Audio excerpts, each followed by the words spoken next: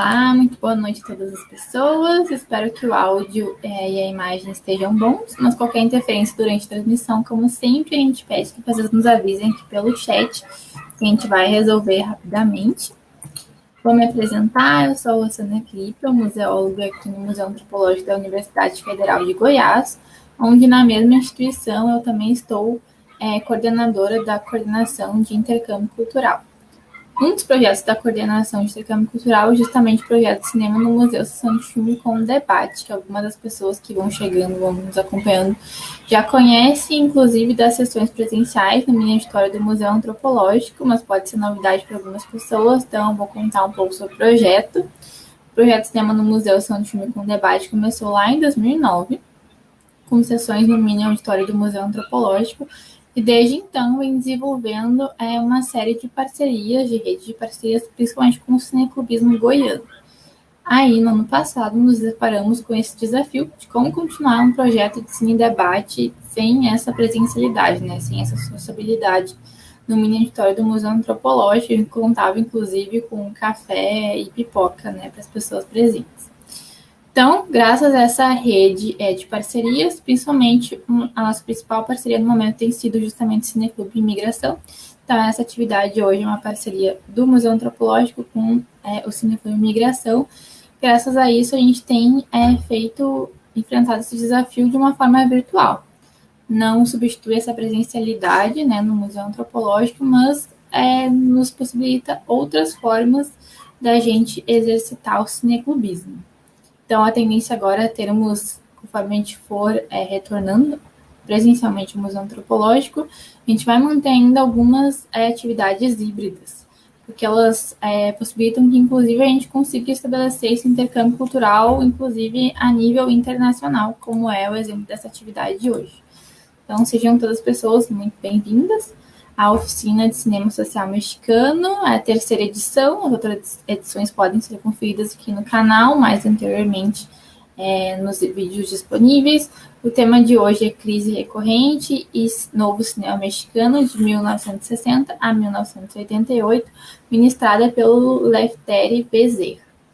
Aí agora eu vou passar a nossa palavra para o nosso mediador da noite, vai apresentar um pouco mais sobre o nosso apresentador, que é o Francisco Lilo, do Cineclube Imigração. Vou continuar com vocês aqui pelo chat, pelos bastidores. Daqui a pouco a gente disponibiliza o link da lista de presença para a emissão de certificados. Vou chamar o Francisco Lilo aqui para conversar com a gente.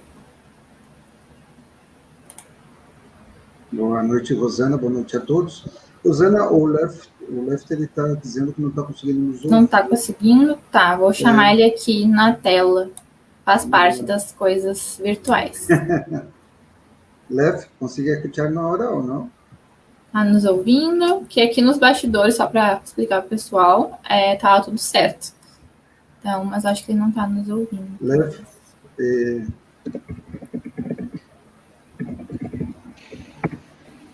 ¿puedes hablar?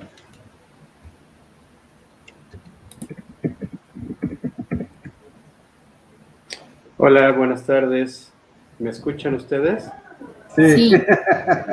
Vale, porque yo no escuché nada de la introducción. Una disculpa, Rosana, porque no sé qué sucede con mi computadora, pero yo no escuché nada de lo que dijiste. Supongo que me hiciste una presentación de la sesión de hoy, que es la tercera del taller de cine, Historia del Cine Social Mexicano. Y bueno, pues muy agradecido de poder estar con ustedes en esta nueva ocasión y pues de poder continuar con la narración que estábamos haciendo hace un par de meses a propósito de la historia del cine social mexicano. Entonces, bueno, pues el día de hoy voy a continuar con esa historia. En primer lugar, quiero recordar pues cómo se había quedado el asunto. Había yo platicado acerca de la historia del cine social mexicano, sobre todo en la época del cine de oro, ¿no? Que sobre todo es este cine mexicano que se hizo a partir de 1937 y aproximadamente hacia finales de la década de 1950. Una cosa que no pude hacer en esa sesión pasada fue referirme a las figuras prominentes de ese periodo del cine mexicano, y el día de hoy, antes de arrancarnos con la continuación de ese periodo histórico, o sea, a partir de finales de 1950, y vamos a llegar el día de hoy hasta aproximadamente finales de los 80s, de la década de 1980, antes de iniciar continuar con esa historia, les quiero platicar, o más bien quiero referirme a las figuras prominentes de este cine mexicano de la época de oro. Y para ello les voy a hacer una muestra de algunas de las figuras prominentes de nuestro cine de esa época. No sé si están viendo lo mismo que estoy compartiendo, espero que sí. Bueno, en la época de oro del cine mexicano, que es una época muy importante en nuestro cine, pues estuvo marcada por la presencia de algunas figuras prominentes. Voy a referirme primero, en primer lugar, a los directores. Ahí están viendo ustedes a Alejandro Galindo, muy importante sobre todo por el cine urbano, de temática urbana que él realizó. Emilio el Indio Fernández, que pues hizo un cine muy identificado con las premisas del nacionalismo y del indigenismo postrevolucionario. La figura también de Fernando de Fuentes, que es uno de los directores principales de la historia del cine en México, que empezó a hacer sus primeras películas en la década del 30, y a él se debe pues lo que comenzó a ser identificado como la época del cine de oro mexicano, que se identifica también con la creación de la industria del cine en México, sobre todo por el éxito que tuvo su película Allá en el Rancho Grande de 1937. También la figura de Gilberto Martínez Solares, que es uno de los directores más importantes también, con una filmografía que rebasa los 150 títulos, muy prolífico don Gilberto. Ismael Rodríguez, que también pues, es muy, muy importante, que se le identifica sobre todo por las películas que hizo con el protagónico de Pedro Infante, que es una figura que también pues, es muy, muy destacada en nuestra cinematografía. Julio Bracho, que es otro de los directores importantes de la época, también él empezó a hacer películas en la década de los 40, y bueno, pues también es importantísimo. Luis Buñuel, no se diga, que llegó a México justo en esta época, en 1947, si no me equivoco, 46, 47, y bueno, se insertó en la industria cinematográfica mexicana y empezó a hacer sus propias aportaciones. La mayor parte de la filmografía de Buñuel, pues como se sabe, fue hecha en México. También está la figura muy importante y destacada de Roberto Gabaldón, a quien también me voy a referir ya que empecemos con el relato de la continuación de lo que sucedió después de la época de oro del cine en México. Y dentro de todas estas figuras prominentes de la dirección del cine mexicano en la época de oro, como les decía, pues destaca también la participación de una sola directora, Matilde Landeta, que con tan solo 3 películas en su filmografía de esa época, pues es una participación muy importante la que Matilde logró hacer.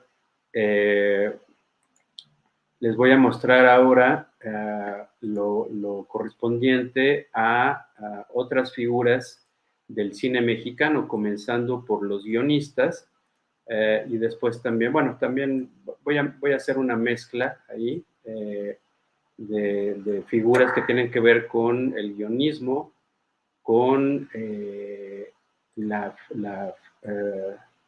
fotografía, la cinefotografía, y también pues de las estrellas, ¿no? Denme un segundo para poder compartirles esas imágenes. Obviamente que me estoy refiriendo solamente a algunas de las figuras de nuestro cine, que no a todas. porque pues sería muy, pues me demoraría demasiado en poderles platicar y mostrar los rostros de todas las personas que participaron en la hechura del cine de esa época, de un cine industrial muy, muy fuerte, muy poderoso. Pero bueno, pues por lo menos que vean ustedes los rostros de las figuras pues prominentes, podemos decir, ¿no? Entonces, bueno, ahí les estoy mostrando al cinefotógrafo Agustín Jiménez, que es uno de los principales cinefotógrafos de la época y muy identificado con la fotografía de vanguardia, por cierto, en el terreno de la foto fija. Ahí están viendo ustedes a Alex Phillips, también cinefotógrafo de origen canadiense, pero que se incrustó en la industria cinematográfica mexicana de manera muy afortunada. Ahí pues estamos viendo a la estrella masculina, Arturo de Córdoba, a Carlos López Moctezuma, que se identificó con los papeles de villano sobre todo en esta época. Dolores del Río, no se diga, sobre todo que volvió de Hollywood y empezó a hacer cine con el Indio Fernández, ¿no? En María Candelaria de 1943 es una película muy importante para México y también para el mundo. En el primer Festival de Cannes que se celebró en 1946, se le otorgó la Palma de Oro a esta película, por ejemplo, ¿no? Bueno, ahí tenemos al cinefotógrafo Gabriel Figueroa, que hizo la foto precisamente de esa película y de muchas otras, porque hizo un equipo junto con Emilio Fernández y bueno, Dolores del Río en la actuación. También aquí están viendo ahora ustedes a Joaquín Pardavé, uno de los principales cómicos y actores del cine mexicano, sobre todo de esta época. El guionista José Revueltas, muy importante también, y un escritor prominente de las letras mexicanas y latinoamericanas. Ahí están viendo ustedes al director y también guionista Luis Alcoriza, que sobre todo trabajó con Luis Buñuel. Él, por ejemplo, fue el co-guionista de Los Olvidados, entre muchas otras películas dirigidas por Luis Buñuel. Luis Alcoriza pertenece a esta generación de españoles que llegaron con el exilio, ¿no? Por la Guerra Civil Española. Ahí están viendo ustedes la figura de María Elena Márquez, que también es pues una estrella del cine mexicano de esta época de oro. Ella, por ejemplo, es muy recordada por papeles como el protagónico femenino de La Perla, del Indio Fernández. Bueno, no se diga María Félix, ahí en una foto, de un fotograma de la diosa arrodillada, de Gabaldón. Ahí están viendo ustedes precisamente a Mauricio Magdaleno, el guionista que hizo equipo junto con el Indio Fernández y, bueno, pues los que ya había mencionado yo, ¿no? Por una parte, en la fotografía, Gabriel Figueroa y en la actuación Dolores del Río y también Pedro Armendáriz. Mauricio Magdaleno también por su cuenta, pues novelista prominente de las letras mexicanas. Y ahí está también, pues, Pedro Armendáriz, que, como les decía, también fue parte de este equipo comandado por el Indio Fernández. Y bueno, no se diga la figura prominente también muy querida en México y en Latinoamérica, de Pedro Infante, ¿no? Las películas que hizo sobre todo con Ismael Rodríguez. Bueno, esas son las imágenes que les quería mostrar en relación con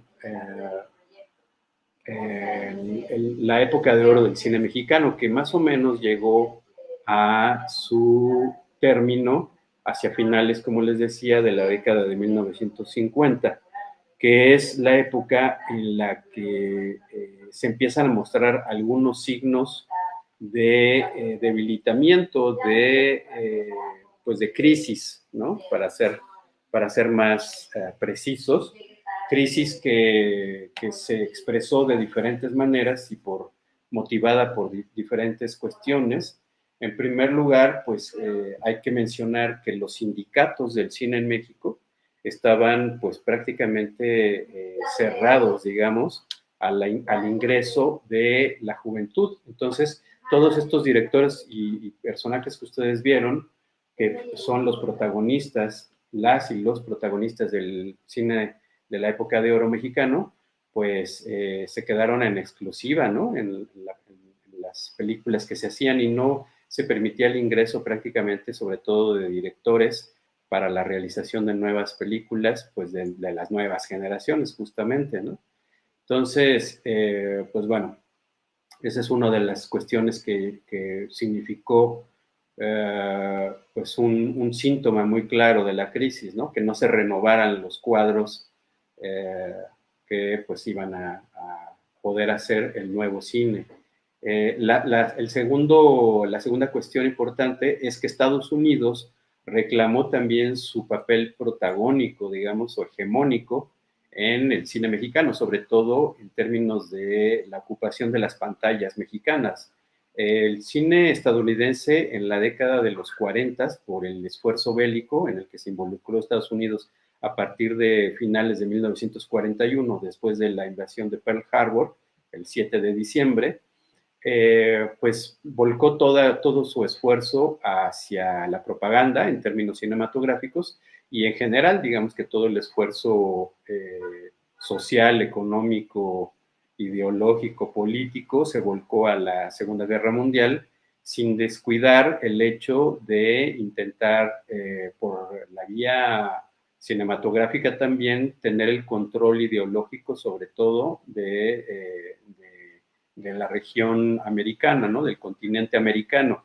Y pues brindó, por ejemplo, mucha asistencia técnica y también en el rubro pues de equipo a la cinematografía mexicana, al tiempo que a otras cinematografías de Latinoamérica les cerraba la llave, ¿no? Entonces, por ejemplo, hay que recordar que en esa época la película virgen pues importaba de Estados Unidos a los países de nuestra región, la latinoamericana, y Argentina, por ejemplo, que era un país que se había declarado neutro, pero que Estados Unidos sabía que tenía, más bien estaba haciéndole un coqueteo ideológico a las fuerzas del eje, es decir, a los nazis y a los fascistas, le cerró la llave del negativo, ¿no? De la película virgen, mientras que a México sí le siguió proveyendo, además de brindarle también ayuda técnica. Entonces, hacia el término incluso antes del término de la Segunda Guerra Mundial, Estados Unidos empezó a querer, digamos, recuperar el terreno que había perdido por el volcar todos sus esfuerzos a la Segunda Guerra Mundial y también, pues, quería cobrar, digamos, de algún modo lo que había dado en asistencia a países como México.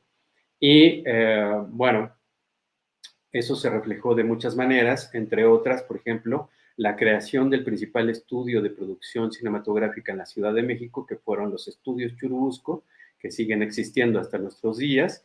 Y bueno, pues ese estudio tenía una participación hasta el 49% por parte de la major hollywoodense RKO. Entonces, bueno, ese es un ejemplo de esa presencia estadounidense que a través de ese tipo de inversiones intentaba recuperar y posicionarse de nueva cuenta como el país hegemónico, ¿no? La industria hegemónica en países latinoamericanos, en específico en México, y tratar también de competirle a México, evidentemente, en el territorio o en el terreno del mercado económico, ¿no? Del cine, ¿no? Porque México había ganado gracias a que Estados Unidos se había retirado no del todo, no por completo, pero sí de una manera que dio espacio a que las producciones latinoamericanas circularan de un modo que no se conocía hasta entonces. Pues bueno, Estados Unidos estaba dispuesto a regresar para disputar ese mercado, sobre todo a la industria cinematográfica mexicana, que era la más importante en su época, ¿no? En esta época de los 40, 50. México también había padecido en el terreno de la exhibición un monopolio por parte de un estadounidense que se había venido a vivir desde unas décadas antes a nuestro país, Jenkins, seguramente han oído hablar de él. Y bueno, él tuvo el monopolio de la exhibición en México, sobre todo en las décadas de los 40, 50 y pues prácticamente hasta el término de la década de los 50. En 1960, México, el gobierno de México le compró la cadena de cines que él tenía, y entonces se volvió de carácter público, digamos, ¿no? Una empresa COTSA, la operadora de teatros y salas de cine, se volvió pues una empresa del Estado mexicano, pero fue hasta 1960. Otra cosa que también está en el contexto de como un factor también determinante de la crisis de la industria cinematográfica mexicana, es la presencia de la televisión, que para finales de la década de los 50 ya estaba pues muy introducida, con aparatos televisores en las casas, sobre todo de la clase media mexicana, y no se diga de los sectores más arriba de ella, ¿no? Es en este contexto que empiezan a surgir ya los malestares y también los intentos de representantes de la juventud, de las nuevas generaciones, que quieren ingresar a la producción de cine en México, cosa que no habían podido hacer por el cierre de los sindicatos, como los estoy explicando, y también, pues bueno, porque pues no había espacio, digamos, ¿no? Para propuestas más audaces que se salieran de las narrativas convencionales desde el punto de vista de, pues de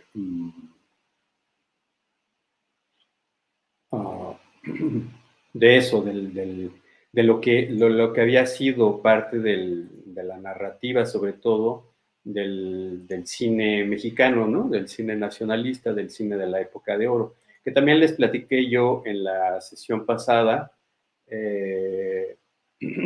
cuando platicamos de la época del cine de oro, de los diferentes géneros que se dieron en esa época, ¿no? Pero bueno, aunque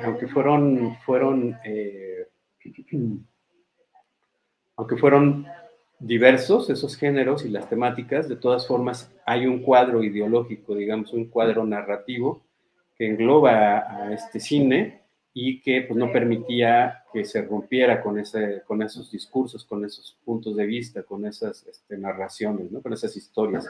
Y bueno, las nuevas generaciones estaban intentando hacer este rompimiento.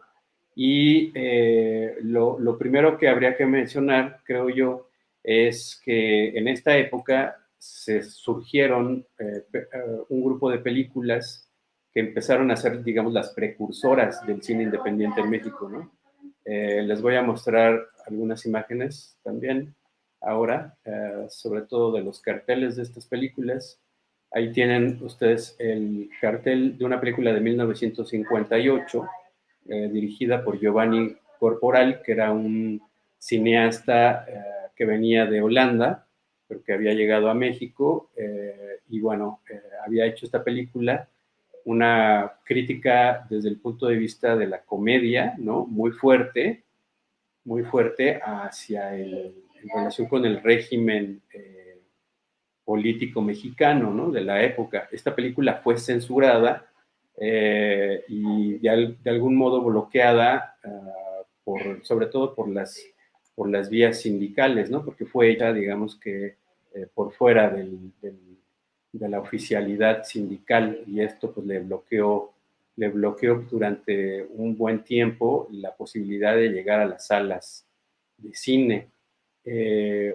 Otra película importante que también fue censurada fue una película dirigida por Julio Bracho en 1960, que se llama La sombra del caudillo, que no sé si conocen ustedes, pero es una película muy importante en nuestra cinematografía, que es la adaptación de una novela de Martín Luis Guzmán, un prominente escritor que con esta obra pues se puso en la primera fila, digamos, de la escritura de la novela de la Revolución. Esta película de 1960, La sombra del caudillo, fue censurada por la Secretaría de la Defensa Nacional, eso es lo que sabemos, y bueno, pues no pudo llegar a las pantallas hasta 30 años después. Otra película que se hizo en esta época y que también fue censurada, de la que les voy a mostrar el cartel, fue La Rosa Blanca. que también, al igual que la película hecha por la que les comentaba de La sombra del caudillo, que fue hecha por Julio Bracho, que es uno de los directores importantes de la época de oro del cine mexicano. Esta fue hecha por Roberto Gabaldón, ¿no? Entonces, estas no son películas propiamente dichas de las nuevas generaciones. Sin embargo, por el contenido de estas películas, pues no se les permitió que llegaran a las pantallas, sino hasta mucho tiempo después. En el caso de La sombra del caudillo, pues era una crítica, digamos, del caudillismo que surgió después de las batallas de la Revolución, sobre todo en las figuras de Álvaro Obregón y de Plutarco Elías Calles, ¿no? Y cómo, pues, ellos se enquistan en el poder. En el caso de La Rosa Blanca, la temática fue más bien acerca de la expropiación petrolera, digamos, cómo operaban las empresas petroleras, sobre todo estadounidenses y británicas, en nuestro país, en México, y pues cómo fue, digamos, el proceso un poco que llevó a la expropiación petrolera de 1938 hecha por Lázaro Cárdenas, ¿no?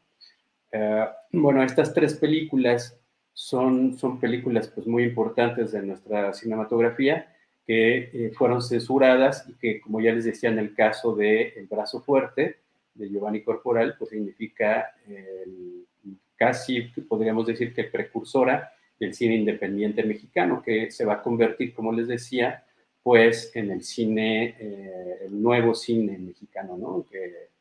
El que van a ser las nuevas generaciones. Y en esta época también, en el año de 1960, surge un grupo que se va a llamar justamente Nuevo Cine, que es un grupo pues muy importante que digamos que se hace por parte de intelectuales y de gente que participaba del entusiasmo por el cine. Ahí pueden ver una foto de algunos de ellos. No sé si logran ver el cursor, pero si lo ven, pues estoy ahí rodeando el medio, parado, de pie, pero de perfil. Está la figura de Luis Buñuel, que pues, era una figura pues, muy querida por ellos, muy alabada por ellos, en quien veían una suerte de emblema del cine que ellos querían ¿no? Ver más en las pantallas de México y menos, digamos, el cine hecho por los otros contemporáneos de Buñuel, mexicanos, que habían impulsado pues, el cine de la época de oro. Entre estos intelectuales está, por ejemplo, Jomí García Scott, también un exiliado español que también se hizo director de cine en nuestro país y cuya película, una de las también primeras películas independientes hechas en México en esta época, En el balcón vacío, una película muy importante en la cinematografía mexicana. Ahí están viendo ustedes el cartel, espero. Aborda sobre todo la situación del exilio, ¿no? Que tuvieron que padecer pues muchas y muchos españoles derivado de la guerra civil que padecieron en su país.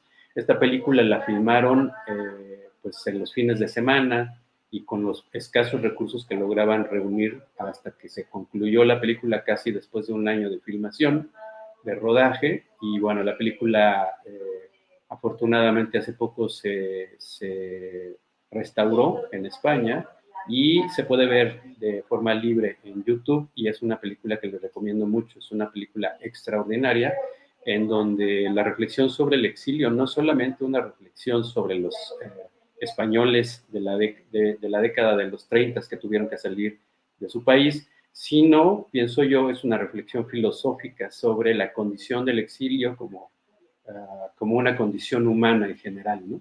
Una película realmente notable.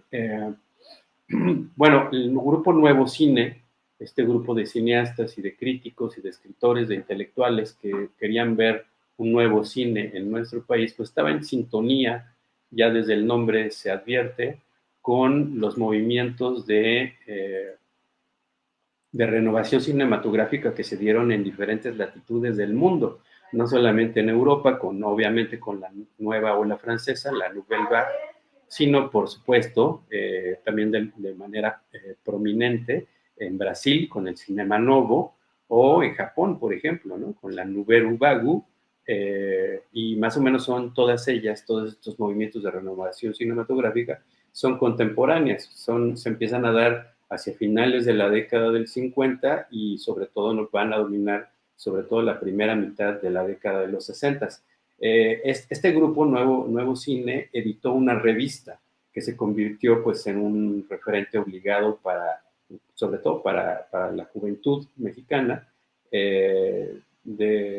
Pues tuvo una vida muy efímera, apenas llegó a un poquito más de un año, en el 1961 se dejó de publicar, solamente se publicaron 7 números, si no recuerdo mal, y bueno, pero de todas formas, aunque fue, digamos que una vida muy breve, pues fue una vida muy importante, porque de un modo, aunque fuera nada más discursivo, aunque no exclusivamente discursivo, porque también, como ya les decía, pues este grupo impulsó la creación de esta película de Jomí García Scott, En el balcón vacío, y también pues la figura, si ven el cursor, pues ahí estoy yo circulando el rostro de Salvador Elizondo Hijo, un escritor muy importante para las letras mexicanas, pero que también en esta época, en el 62 o 64, hizo un cortometraje experimental, Apocalipsis 1900, que también pues digamos que está imbuido dentro de esta corriente de intento de renovación del lenguaje cinematográfico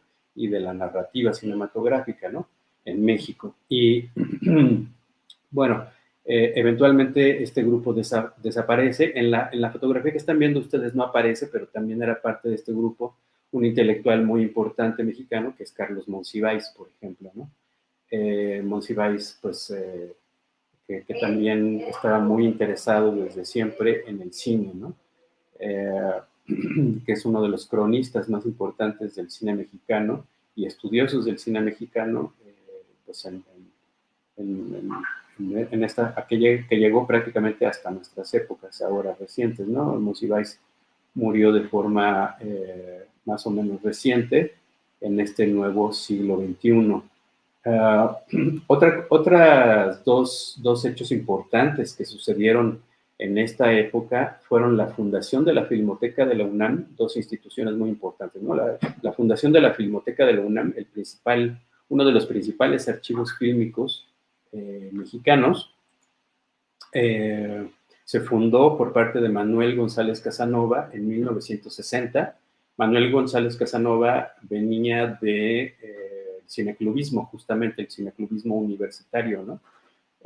Y bueno, pues él impulsó la creación de el primer archivo fílmico mexicano de la época ya moderna, podemos decir, en 1960, que es pues el archivo fílmico más antiguo que existe en nuestro país y que sigue existiendo y que pues es una institución de alto relieve para la cultura cinematográfica, pues yo diría que nacional y mundial, ¿no? También otra institución que se funda en esta época, en 1963, es la primera escuela de cine pública de nuestro país, que es el Centro de Estudios Cinematográficos, Centro Universitario, perdón, de Estudios Cinematográficos de la UNAM. La primera escuela, como decía, pública de nuestro país en el 63. También eso fue impulsado, fue un proyecto que desarrolló Manuel González Casanova, que pues fue su director también de esta escuela y pues esta escuela sigue existiendo ahora bajo otra denominación, ahora es la Escuela Nacional de Artes Cinematográficas, pero hay una continuidad evidente y bueno, pues es una de las instituciones que ha, digamos que fomentado la formación de nuevas y nuevos cineastas mexicanos, ¿no? Y mexicanas. Y también ha sido el alma mater, digamos, de cineastas venidos de otros países latinoamericanos. Eso también es importante mencionarlo. Bueno, en 1965, en el 64, se hizo una convocatoria al primer concurso de cine experimental hecha por la sección de manuales y técnicos de uno de los dos sindicatos importantes de cine en México, el Sindicato de Trabajadores de la Producción Cinematográfica, uno de estos sindicatos que impedía el ingreso de las juventudes o de las nuevas generaciones a la industria cinematográfica de México. Pero bueno, ya dándose cuenta de que la cosa no marchaba bien, se proponen crear este primer concurso de cine experimental y bueno, la convocatoria se publica en 1964 y el concurso sucede al año siguiente, en el 65, y bueno, lo gana el primer lugar, una película experimental que se llama La Fórmula Secreta, de Rubén Gámez, que me parece a mí que tiene una clarísima vocación y preocupación por aspectos sociales, que es el tema de este taller, ¿no? Les voy a mostrar un cartel conmemorativo pues de este primer concurso y de este premio prominente que ganó La Fórmula Secreta. Ahí lo pueden ver, ¿no? El cartel se hizo de forma reciente a propósito de un libro que se publicó de forma también relativamente reciente, a propósito o dedicado a esta película, ¿no? Pero bueno, ahí pueden ver ustedes también algunos de los diseños. El diseño que está de fondo en el cartel, pues es el cartel, uno de los diseños originales de la película, ¿no? Esta película, como pueden ver ustedes ahí, cuenta con la participación, con un texto muy breve, pero muy poderoso, muy potente desde el punto de vista poético, de Juan Rulfo. Y pues bueno, es una película que digamos que aborda el asunto de qué es ser mexicano, ¿no? Pero desde una perspectiva contemporánea, ya a mediados de la década de los 60, y también con una perspectiva pues ya de distancia respecto de las reflexiones de la mexicanidad que se habían hecho, sobre todo en el medio siglo, ¿no? Con intelectuales también importantes como Octavio Paz, su famoso libro de El laberinto de la soledad. Bueno, este concurso fue importante porque permitió que nuevos talentos y que nuevas personas empezaran a crear cine, pues ya desde su perspectiva mucho más fresca que la de la vieja guardia de los cineastas que les mostré al principio de esta sesión.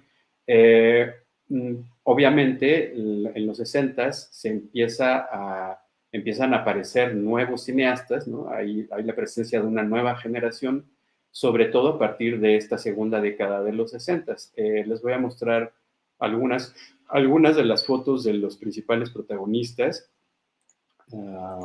que no son, obviamente no es una revisión exhaustiva, pero por lo menos sí me dejará compartirles los rostros de estas personas, ¿no? De algunas de estas personas que hicieron nuestro cine.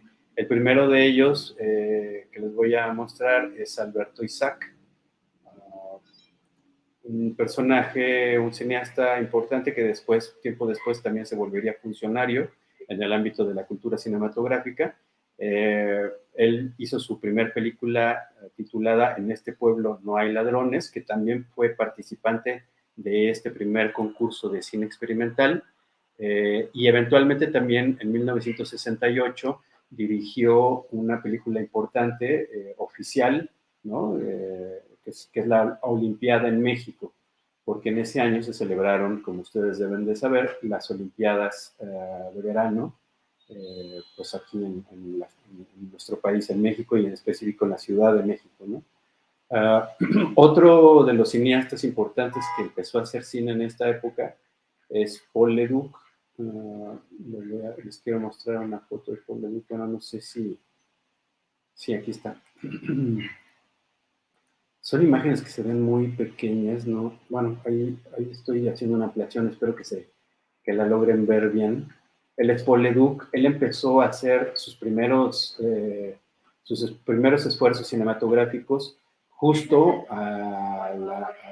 digamos, bajo la sombrilla del movimiento estudiantil del 68, Paul Leduc dirigió una serie de comunicados cinematográficos hechos por el Consejo Estudiantil de Huelga, el CGA, bueno, CGH se llamaba, o CGI, ya no me acuerdo muy bien, pero bueno, digamos que el grupo de estudiantes que estaba impulsando la huelga de la UNAM y de otras instituciones educativas mexicanas hacían comunicados y a la sociedad mexicana, y Paul Leduc se encargaba de pues, que se hiciera un registro cinematográfico que pudiese circular de modo más amplio, ¿no? Otro de los personajes importantes de esta época, también debutante, es Felipe Casals, que pues empezó a hacer sus primeros cortos documentales y de ficción en el 65. Por ejemplo, tiene el título Que se callen, un documental que se llama Leonora Carrington o El sortilegio irónico del mismo año, dedicado a la figura de la pintora surrealista que vivió hasta sus últimos años en nuestro país, de origen británico. Y bueno, que va a ser también uno de los principales cineastas, sobre todo en la siguiente década, la de los 70, con una beta también muy preocupada por las cuestiones sociales. Otro cineasta importante de esta época es Arturo Ripstein, ¿no? A quien están pudiendo ver, espero, en su pantalla. Arturo Ripstein también y su primer largometraje de ficción es Tiempo de morir, del 65. Si no me equivoco, el guión es de Gabriel García Márquez y de Carlos Fuentes. Y bueno, también es uno de los personajes centrales de esta de la segunda mitad del siglo XX del cine en México, sobre todo a partir del 65, como les estoy explicando, del último tercio más bien del siglo XX, pero que llega hasta nuestros días, ¿no? Apenas el año pasado acaba de presentar su más reciente película, pues es muy conocido y muy celebrado el cine de Arturo Ripstein. Otra de las figuras importantes, debutantes de esta época, es la de Juan Ibáñez. Déjenme localizar su imagen, aquí está. Juan Ibáñez también hizo su primer película en el 65, Un alma pura. También fue parte de las películas que se presentaron en este primer concurso de cine experimental, y una película muy importante para la cinematografía mexicana, que es Los Caifanes, de 1966, en donde, por cierto, que aparece en un papel pequeño, pero muy, muy simpático, Carlos Monsiváis, ¿no? Bueno, la renovación del cine mexicano, sobre todo con temática urbana y de las juventudes, ¿no?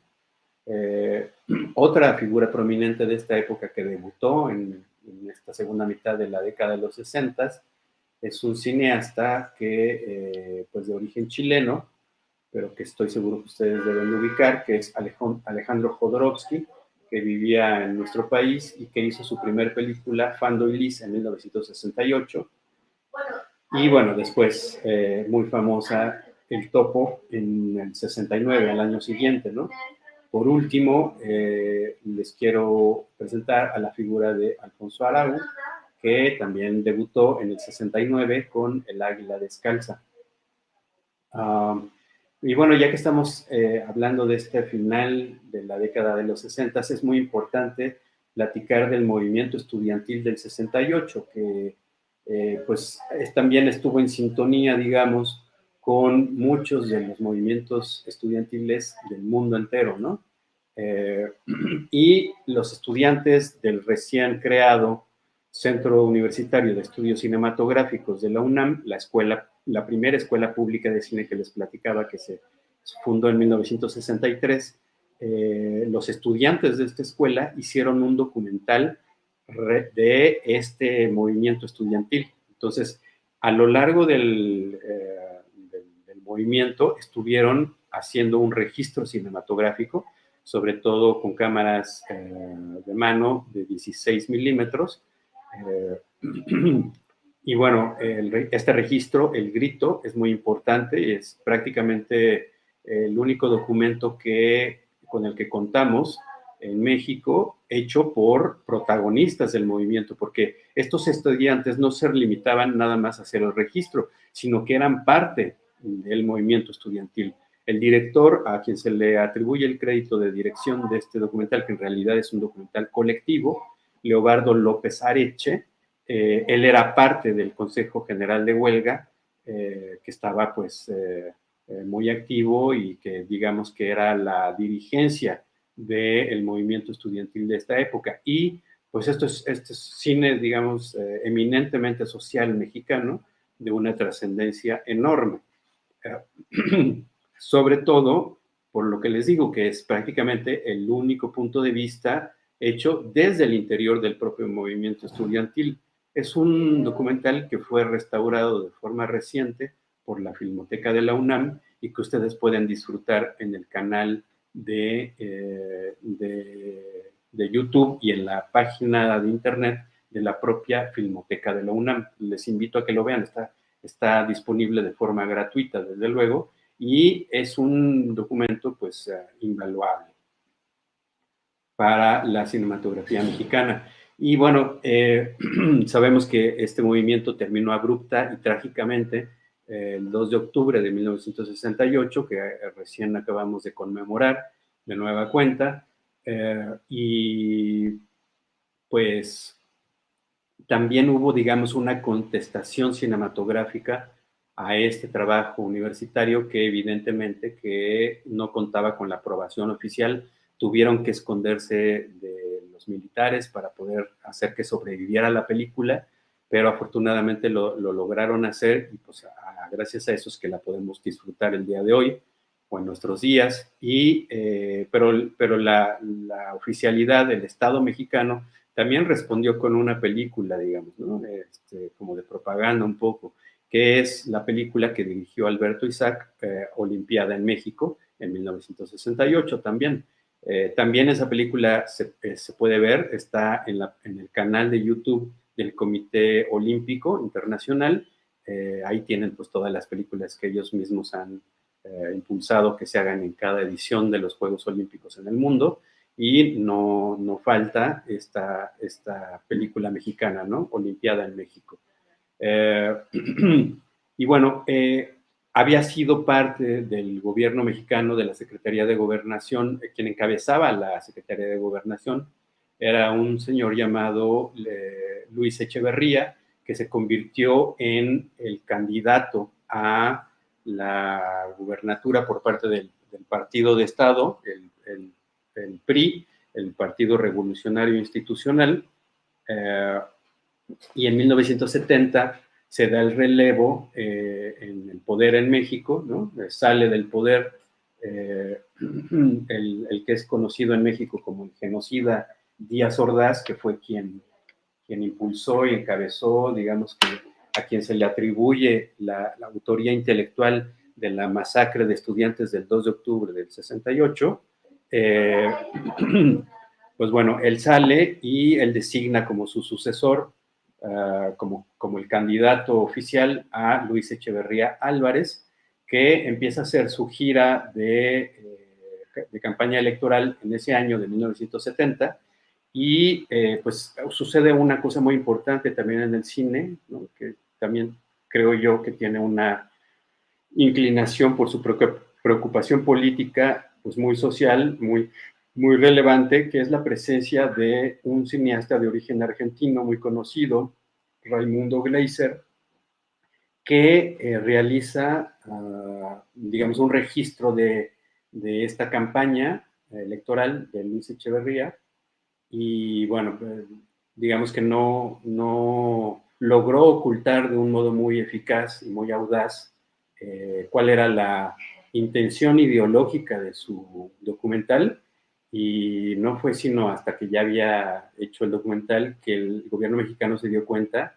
que había autorizado a hacer un documental pues que era muy crítico, ¿no? Y que era pues realmente una amenaza para las visiones ideológicas del oficialismo mexicano. Esta película, pues obviamente que se prohibió en México y que no se pudo ver sino hasta de forma muy reciente. Bueno, eventualmente también Raimundo Gleiser fue desaparecido en el marco de la dictadura argentina, y bueno, no ha faltado la hipótesis que dice que hubo participación del Estado mexicano en su desaparición. Yo no puedo confirmar esta información, pero me parece que es algo pues, interesante de considerar. Este documental también se puede ver de forma gratuita en YouTube. Les invito a que lo vean, porque es un trabajo extraordinario, sobre todo con las imágenes que tiene realizadas en el sureste mexicano, con indígenas, ¿no?, que se dedican son campesinos, se dedican a la agricultura, y pues ahí se retrata, digamos, de su propia voz, la realidad y las condiciones miserables en las que estaban viviendo, de una manera que la Revolución Mexicana pues se había quedado congelada y no había llegado, evidentemente, a hacerles justicia a ellos, ¿no? Es un documental, como les digo, muy importante, que aunque el director sea argentino, pues retrata en gran medida las realidades mexicanas de la época. Ahora, en 1971 se dio el 10 de junio de nueva cuenta una represión que también acabó en una masacre de estudiantes, ya siendo Luis Echeverría el presidente de la República. Según algunas cifras, murieron ahí asesinados por grupos paramilitares entrenados por el propio Estado mexicano, más de 250 estudiantes mexicanos, ¿no?, y mexicanas. Y pues bueno, digamos que hubo una continuidad evidente en este impulso represor del Estado mexicano contra las voces opositoras, y esto también, digamos que motivó y obligó, por la ola de críticas al Estado mexicano, que se diera una cierta apertura democrática obviamente entre comillas, pero que alcanzó también esto a la política cultural, sobre todo relacionada con el cine. Entonces se dio en esta época una especie de intento por recuperar la grandeza, digamos, del cine mexicano, sobre todo en referencia con la época de oro, en términos industriales, por lo menos, ¿no? Pero también hubo cabida a visiones, pues, críticas, ¿no?, que no estaban de acuerdo necesariamente con la ideología eminentemente conservadora y pues de derecha prácticamente del gobierno mexicano, ¿no?, pese a sus intentos de disfraz izquierdista.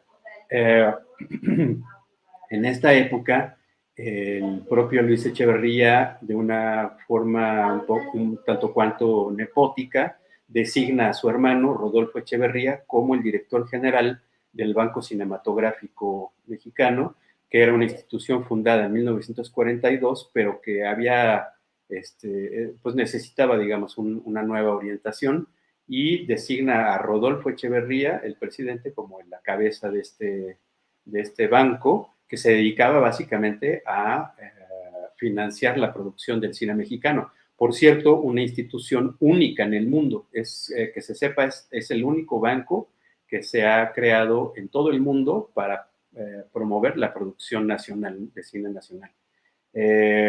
Otra de las medidas tomadas por Luis Echeverría fue la reinstalación de la Academia Mexicana de Artes y Ciencias Cinematográficas y la recuperación de la entrega de los premios Ariel, que se habían suspendido desde 1958, como otro de los signos de la crisis del cine mexicano, ¿no?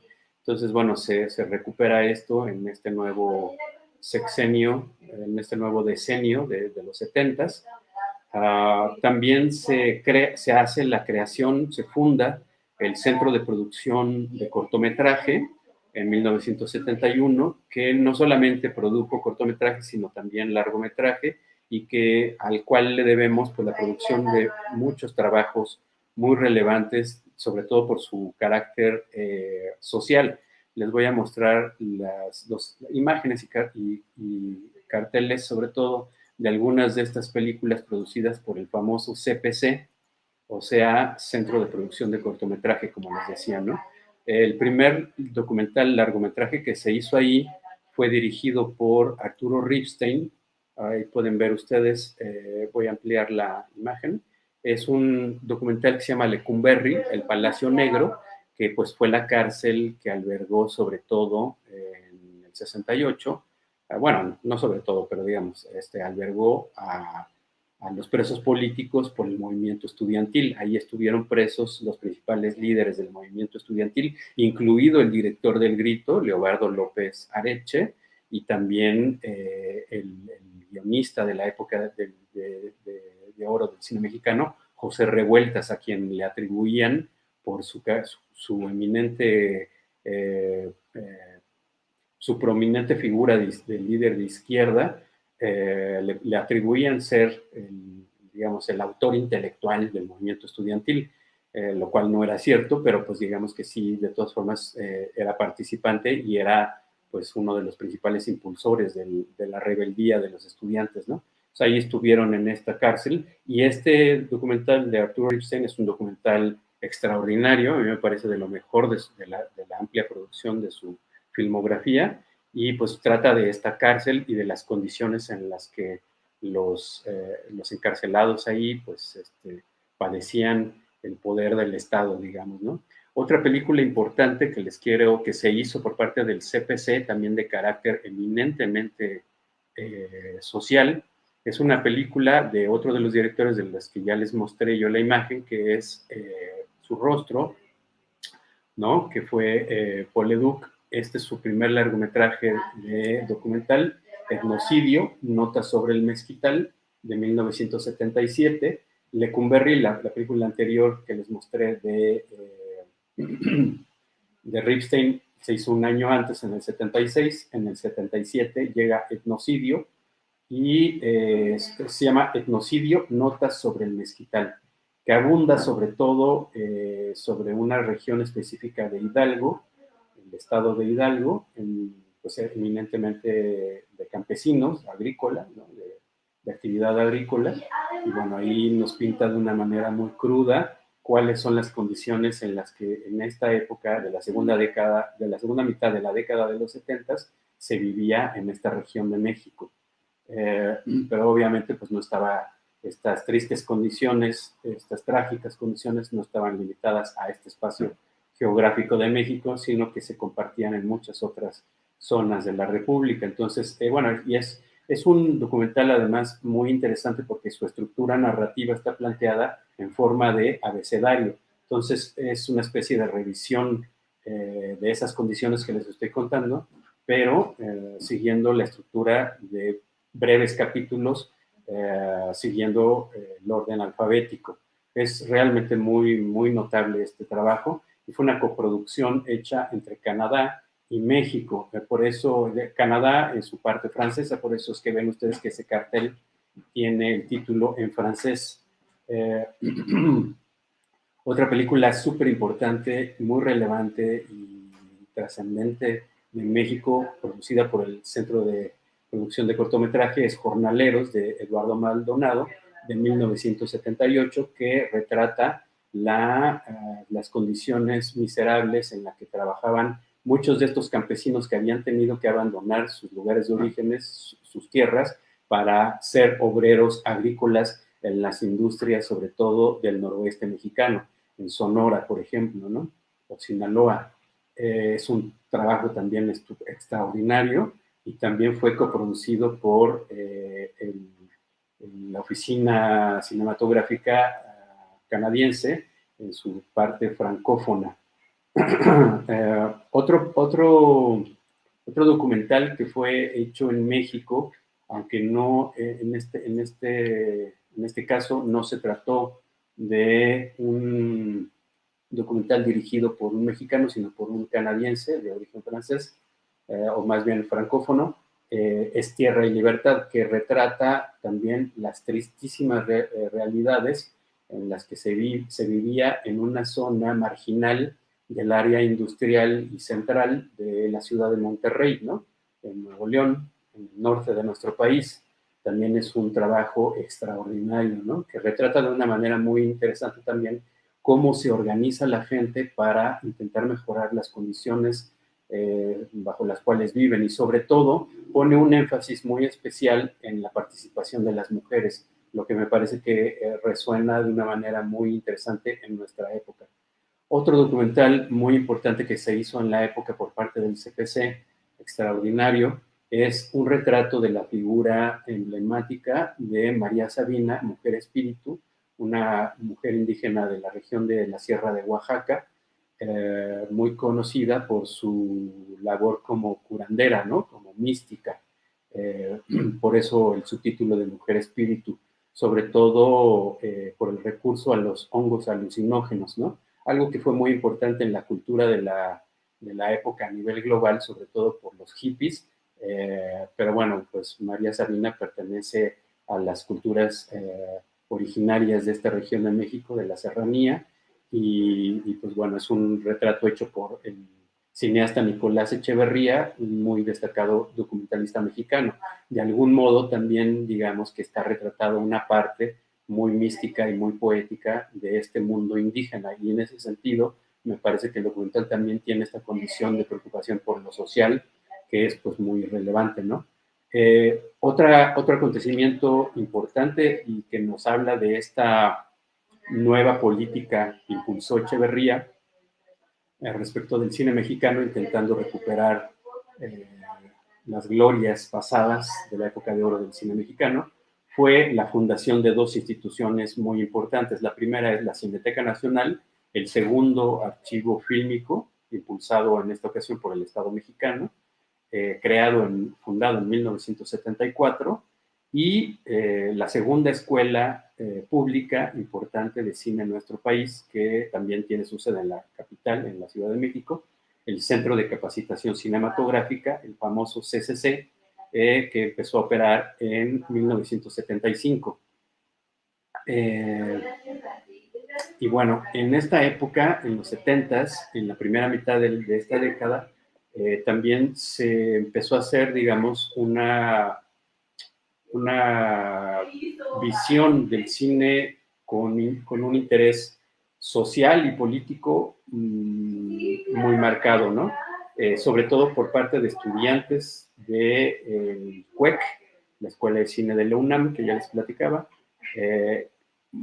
Algunos de estos estudiantes que ingresaron sobre todo en la promoción de 1970, en este año, fundaron el taller de cine Octubre, que ya desde su nombre mismo, ¿no? Taller de Cine Octubre, pues nos habla de la tendencia ideológica de izquierdas, ¿no? Sobre todo por la Revolución de Octubre, pero también por la represión con la que se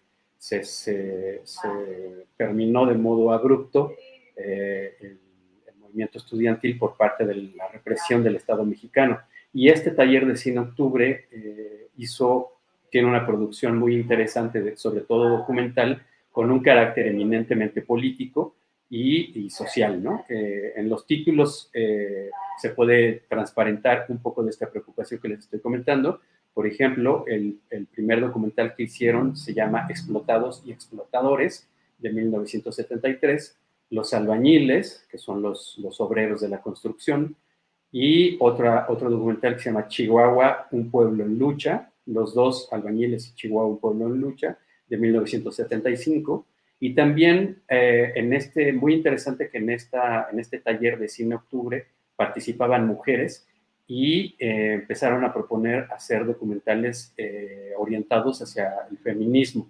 Entonces se produjeron, por ejemplo, Mujer, así es la vida, de 1975, y otros trabajos también relacionados con el feminismo, que sería muy importante e interesante poder ver en nuestros días.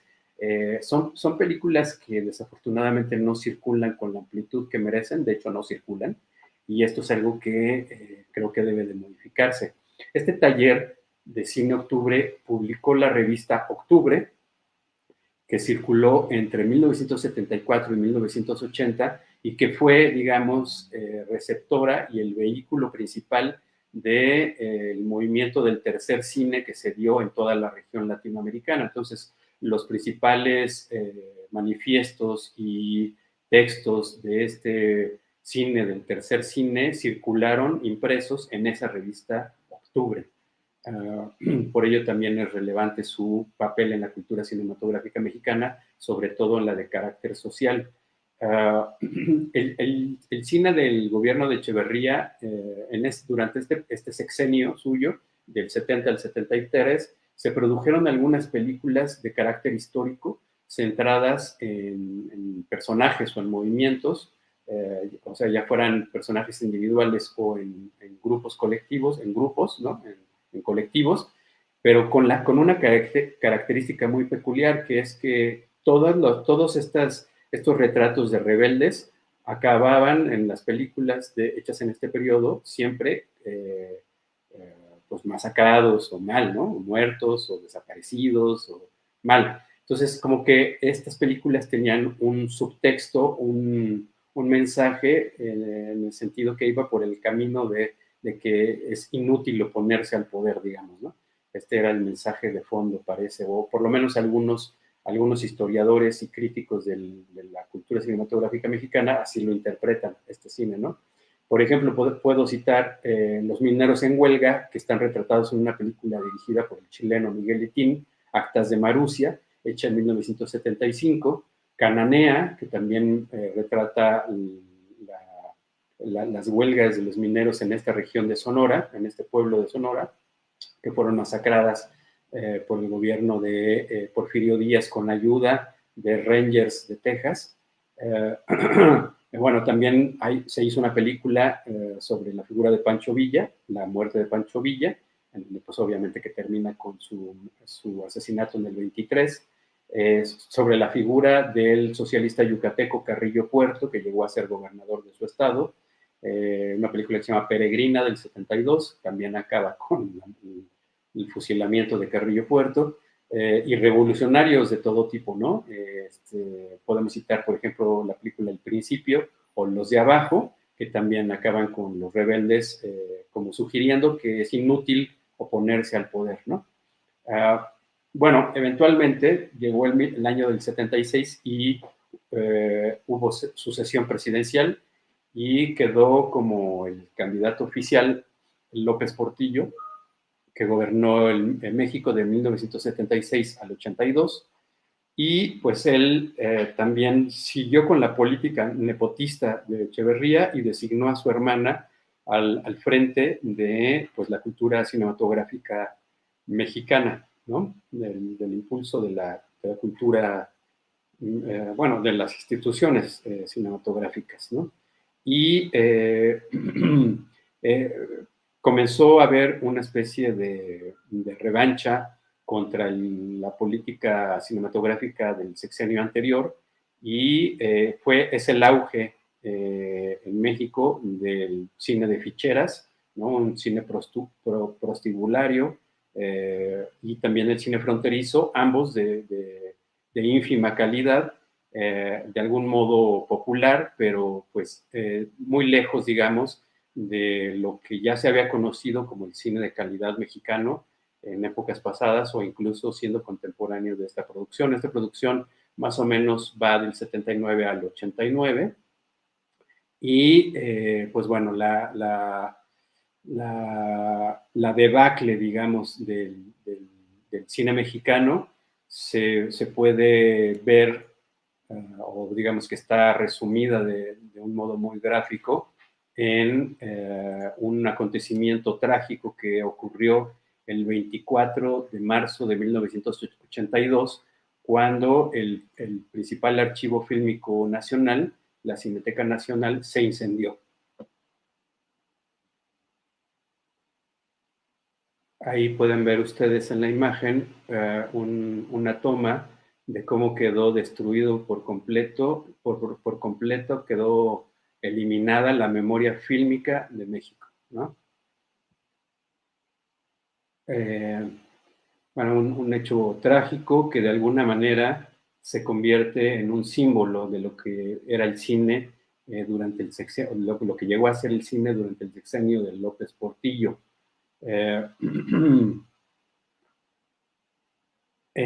No todo en realidad tiene este carácter oscuro y trágico. También en esta época se crearon otras instancias de producción documental muy importantes para el cine social, como por ejemplo el Archivo Etnográfico Audiovisual impulsado por el Instituto Nacional Indigenista, que fue una instancia que se fundó en la segunda década de los 70s, perdón, en la segunda mitad de la década de los 70s, fundado en 1978 y cuya producción llegó hasta el 95, se extendió a lo largo de varios sexenios, de 3 por lo menos, con una producción de alrededor de 50 películas, sobre todo centradas en la diversidad cultural de los pueblos indígenas de México. Un cine muy importante, ¿no? Que apenas estamos empezando a poder revisar y conocer en la actualidad por los esfuerzos de algunos investigadores, ¿no? Entre los que destaca la figura prominente del historiador mexicano Eduardo de la Vega Alfaro.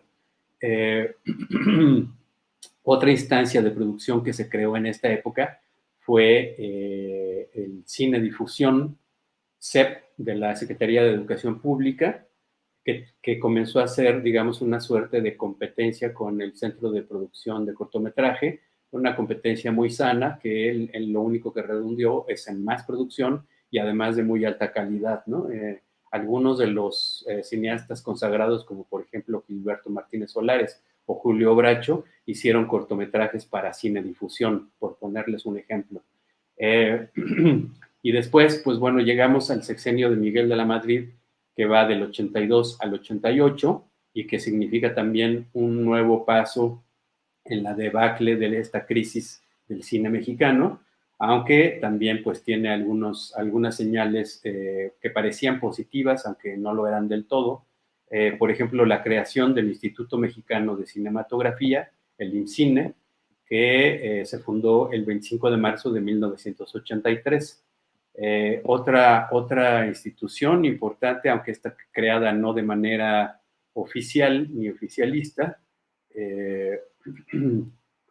sino más bien gracias a los esfuerzos de cinéfilas y cinéfilos, de entusiastas del cine, de investigadoras e investigadores, se creó la primera muestra de cine mexicano en Guadalajara en 1986 y que eventualmente se transformó con el paso de los años en el festival, en el muy importante e influyente Festival Internacional de Cine en Guadalajara, ¿no? Es un festival que sigue a nuestros días, que por cierto, en este momento, hoy es su último día en su edición de este año 2021. Otra señal muy positiva, esta sí muy positiva, al igual que la creación del Festival de Cine Internacional de Cine en Guadalajara, fue la creación del Centro de Investigación y Enseñanzas Cinematográficas, el CIEC, que se fundó en septiembre de 1986 en el marco o al interior de la Universidad de Guadalajara.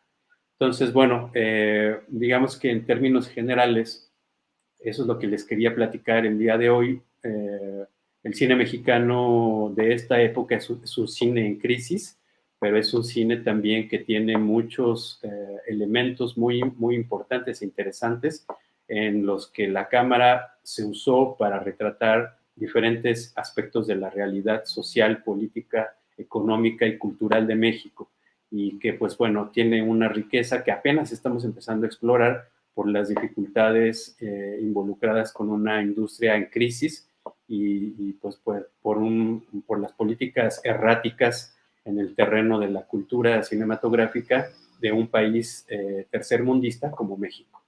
Entonces, bueno, les reitero mi agradecimiento por haberme permitido brindarles esta tercera sesión del taller de cine social y espero que haya sido de su agrado. Lev, no sé si consigue escucharme. Sí. Ah, perfecto. Perfecto. Es muy interesante el hecho de que se dan situaciones muy similares. Acá en Brasil, en São Paulo principalmente, vimos en un espacio, una ciudad, digamos, transgresora, ¿no?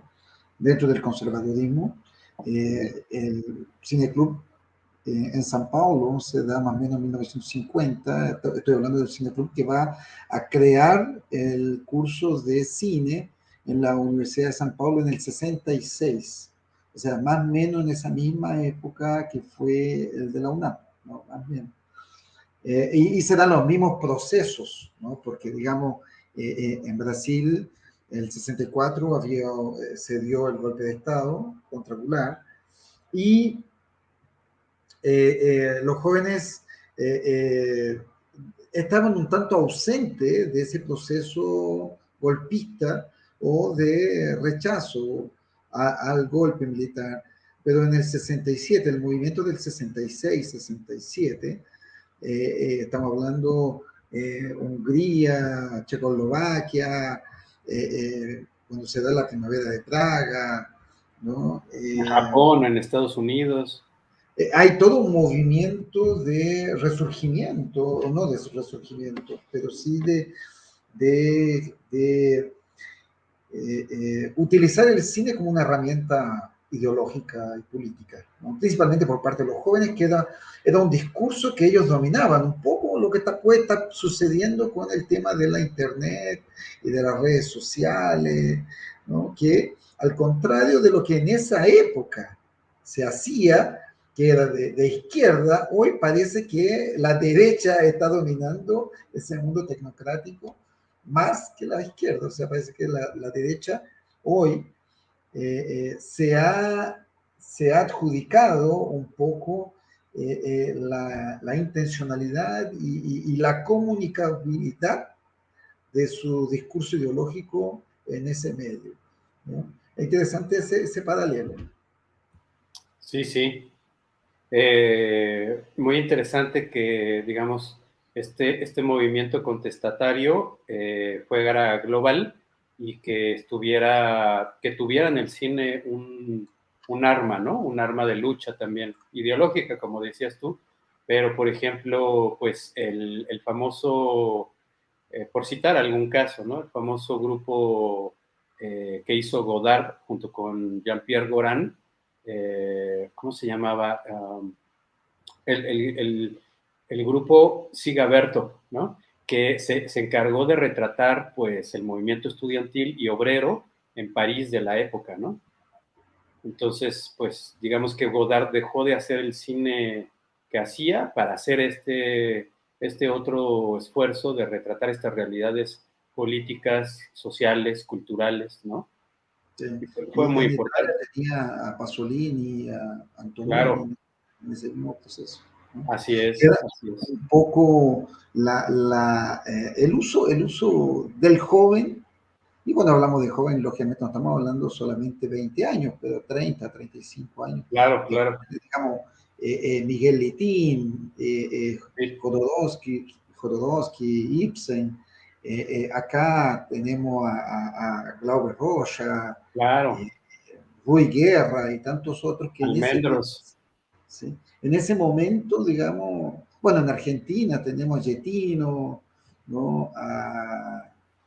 Solanas. O sea, hacen parte de un gran movimiento que utiliza el cine como su arma ideológica, ¿no? Y otra cosa interesante, tú hablas de 3 crisis, ¿no? Sí, de muchas. Institucional, claro, o sea, el cine, ese modelo cine industrial que copiaba un poco la referencia de Estados Unidos, decir, mira acá, tenemos la papa, tenemos el modelo, este es el modelo que tenemos que seguir. Sí. En nuestras realidades, México, Argentina y Brasil, se abrió para un mercado que era el regional popular, o sea, las rancheras, los tangos y los boleros, y en Brasil era la porno chanchada, no, en ese momento era la chanchada, ¿no?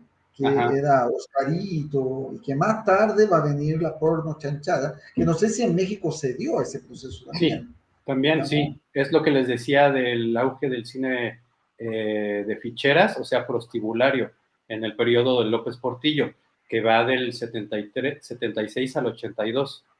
Sí, sí, sí. Que en Brasil se utilizó mucho, en algunas películas, no en todas, por supuesto, pero hay una serie llamada El Censor. Ajá. Entonces era cómo tocar temas prohibidos por la censura de la dictadura, utilizando películas de bajo calibre moral, o lo que uno quiera llamarlo.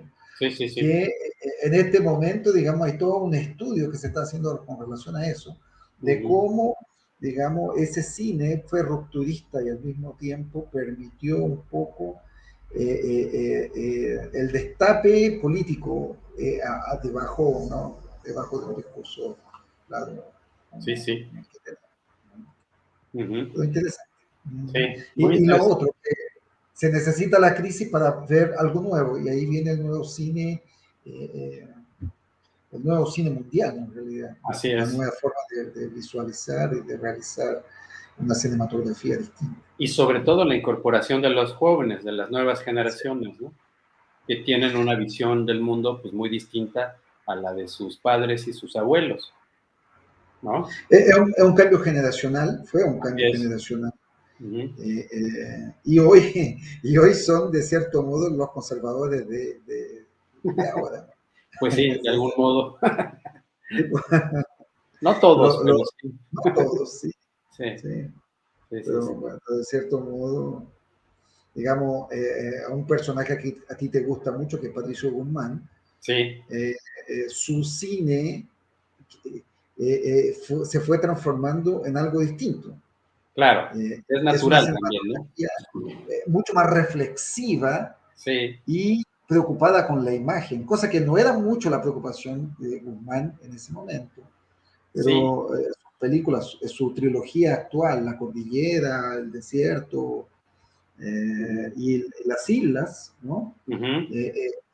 Toman una preocupación estética muy fuerte. La voz es la misma que de Patricio Guzmán, pero la profundidad de los temas, cómo lo aborda, cómo él comenta y cómo tiene la preocupación. Yo creo que a partir de La Cruz del Sur, tiene una preocupación estética muy fuerte. Sí, sí, sí. Pero eso yo creo que también es producto de la madurez, ¿no? Espero. Sí, seguro. Es un cineasta que está en su momento, creo yo, más alto, ¿no? Sin que eso quiera decir que lo que hizo siendo joven sea despreciable, al contrario, para nada, ¿no? No, es una cinematografía de su momento, de su época, que fue importantísima. Tanto que La Batalla de Chile es uno de los clásicos que solo ahora, o sea, en este año, se mostró en televisión pública. Se hizo pública en televisión, o sea, en una televisión que no es la pública, que fue una televisión particular, conservadora, y que pasó la película hecha en el año entre 70 y 73. O sea, sí. Eso habla de una sociedad chilena conservadorísima. Pero a fondo, ¿no? Sí. Sí, pues y nos falta referirnos al caso muy importante y emblemático también de Cuba, porque allá que la revolución había sido hecha a finales de los 50, triunfante, pues se permite plantear un cine revolucionario hecho desde una base política y social revolucionaria, ¿no? Y que va a ser súper influyente para la región, sobre todo para el llamado tercer cine, con figuras como la de Gutiérrez Alea, Julio García Espinosa, entre muchos otros, ¿no? Solás. Humberto Solás. Y también el documentalista, ¿no? ¿Cómo se llama?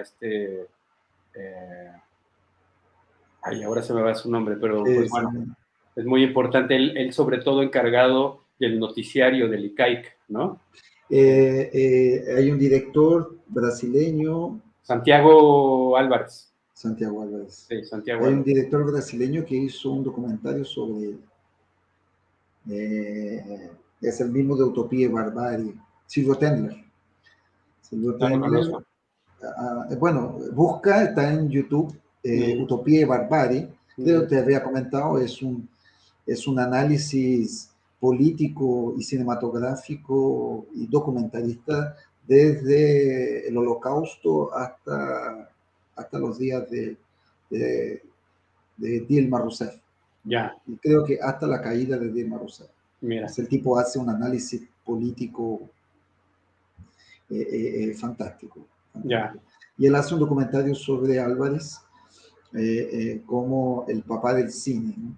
Ya. Ahora, es muy interesante el cine cubano porque cuando tú ves películas como Una escuela en Habana, que se llamó Conducta, en realidad la película se llama Conducta, y una de Álvarez que es Fresa y Chocolate, ellos hacen crítica durísima al sistema cubano, crítica muy dura al sistema cubano, y tú dices, ¿cómo? O sea, ¿cómo no fue, sin querer defender Cuba, cosas por el estilo, pero cómo no fue censurado? Cualquier país de una posición autoritaria hubiera censurado ese tipo de crítica. Pero las críticas que hacen en ese cine, igual, no sé si tuviste, hay una comedia llamada Juan de los Muertos.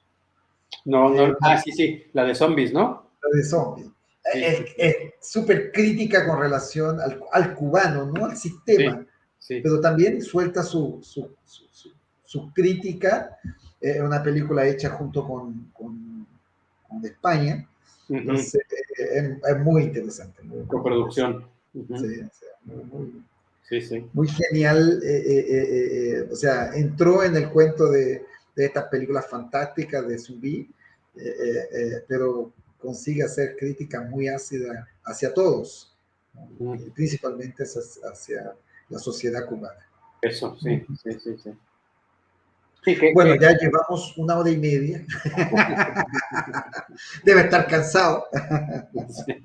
No, la verdad no. Bueno. La verdad no. Tenemos un encuentro el martes entonces a las 14. No, era en la mañana, ¿no? A las 9. Sí, tú y yo, sí. Bueno, te dejo tus últimas palabras para que cerremos. Porque no, pues muy, muy agradecido, muy obrigado por la oportunidad de poder platicar con ustedes y con su público. Espero que al público le resulte de interés y bueno, nos acercamos ya al final falta nada más la última sesión de este taller de Historia del Cine Social Mexicano, que lo voy a dedicar a la debacle neoliberal, así se titula la cuarta sesión. Y pues vamos a platicar de lo que ocurrió a partir de 1988 y hasta nuestros días en relación con el cine social mexicano.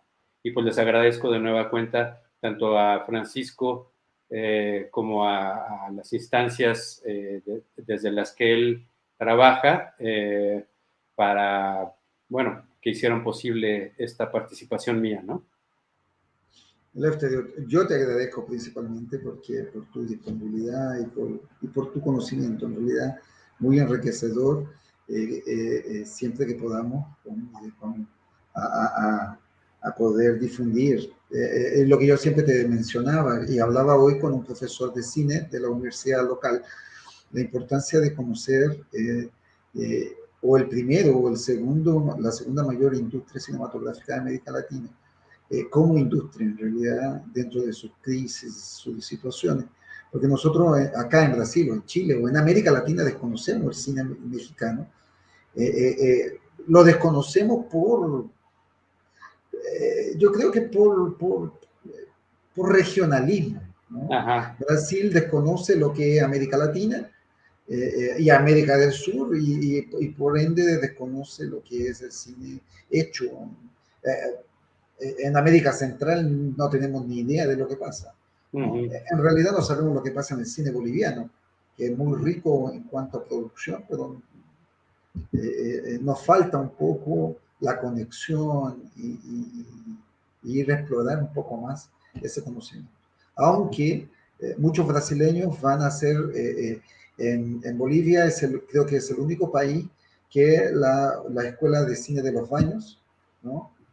en Cuba hace un taller fuera de Cuba, es en Bolivia, y de ahí van chilenos, brasileños, peruanos a participar de ese taller.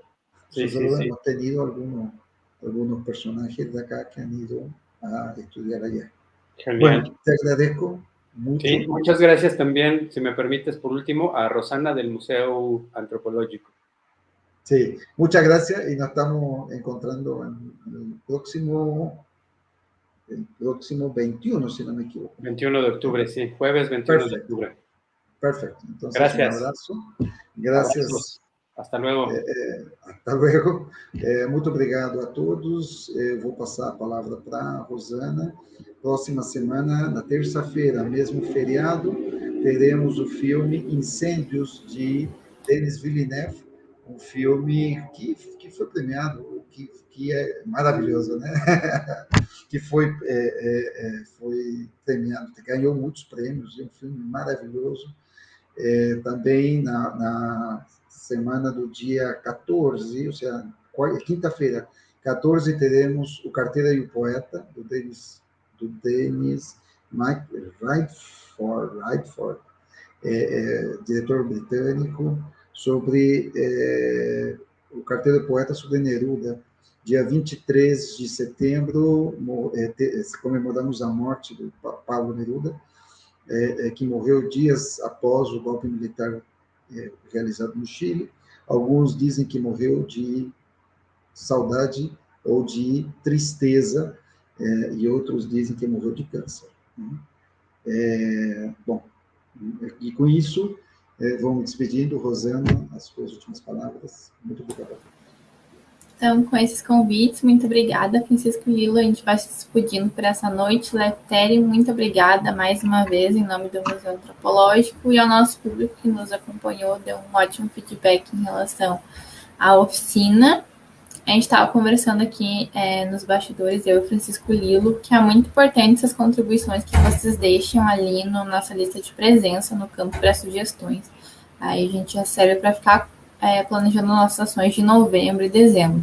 Então, quem ainda não preencheu, sinta-se muito convidado para preencher ali, para receber o certificado pela presença, mas também para contribuir para que a gente consiga contemplar cada vez mais a nossa diversidade de públicos a partir das temáticas que você sugere.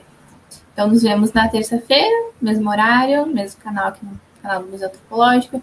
Quem ainda não se inscreveu, por favor, se inscreva aqui para ficar por dentro da nossa programação em parceria com o Cineclube Imigração.